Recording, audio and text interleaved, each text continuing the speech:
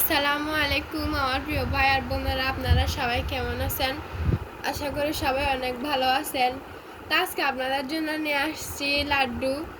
নিজের হাতে বানাইছি, কেউ হয়তো বিশ্বাস করবে না, কিন্তু এগুলো আমার নিজের হাতে বানানো রেসিপি মিষ্টি। আজকে প্রথমবার ট্রাই করলাম আর কি কি। দিয়ে বানাইছো এটা বলো। এগুলো হচ্ছে বেসনের লাড্ডু, বেসন দিয়ে বানাইছি আর কি। কি কি দিছো?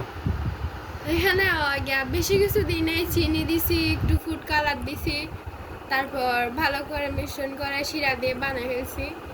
অনেক মজা হয়েছে। দাঁড়াও তোমাদেরকে একটা ভেঙে দেখাই, তোমরা হয়তো বিশ্বাস করবে না। দেখো ভিতরে কিরকম হয়েছে, তোমরা অবশ্যই দেখো। তুমি এত সুন্দর করে মিষ্টি আর বানাইতে কার পারো? কার রেসিপি লাগবে অবশ্যই জানাবা, আমি তোমাদেরকে বলবো। এগুলা উপরের সাথে সাথে এগুলো কি দিছো? এগুলো হচ্ছে নারকেলের গিয়া। তুমি হাত দিয়ে দেখাও না। নারকেলের গিয়া দিছি, দেখো ভালো করে দেখো, আস্তে আস্তে নারকেলের গিয়া দিছি। দেখে আরেকটা নাও তো। নারকেলের গুঁড়া করে দিছি, এটা দেখেন। এটা দেখতে তো গুঁড়া দুধের মতো লাগতেছে।